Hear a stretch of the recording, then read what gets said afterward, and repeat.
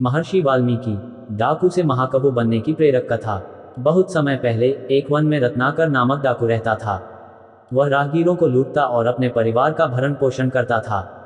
उसकी दया, धर्म और सत्य में कोई आस्था नहीं थी। एक दिन महर्षि नारद उसी जंगल से गुजर रहे थे। रत्नाकर ने उन्हें भी लूटने का प्रयास किया। नारद मुनि मुस्कुराए और बोले, वत्स, तुम ये पाप क्यों कर रहे हो? रत्नाकर ने उत्तर दिया, मैं अपने परिवार के लिए ये सब करता हूँ। तब नारद मुनि ने एक प्रश्न पूछा, क्या तुम्हारा परिवार तुम्हारे इन पापों को बांटने के लिए तैयार होगा? रत्नाकर को विश्वास था कि उसका परिवार उसका साथ देगा, लेकिन जब उसने जाकर अपने परिवार से पूछा तो सबने ये कहकर इनकार कर दिया कि पाप उसके अपने कर्म हैं, उनका नहीं। ये सुनकर रत्नाकर के होश उड़ गए। वह वापस आकर नारद मुनि के चरणों में गिर पड़ा और सच्चाई समझकर अपना डाकू जीवन त्याग दिया। नारद मुनि ने उन्हें राम नाम का जाप करने को कहा। रत्नाकर इतनी तन्मयता से ध्यानमग्न हुए कि उनके शरीर पर दीमक वाल्मीकि का घर बन गया।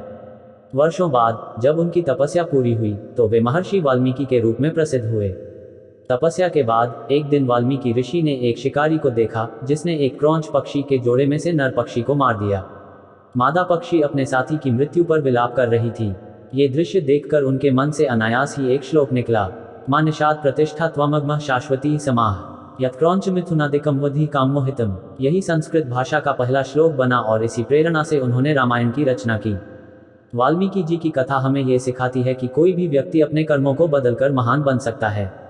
सच्चा ज्ञान और भक्ति हमें अंधकार से प्रकाश की ओर ले जाती है।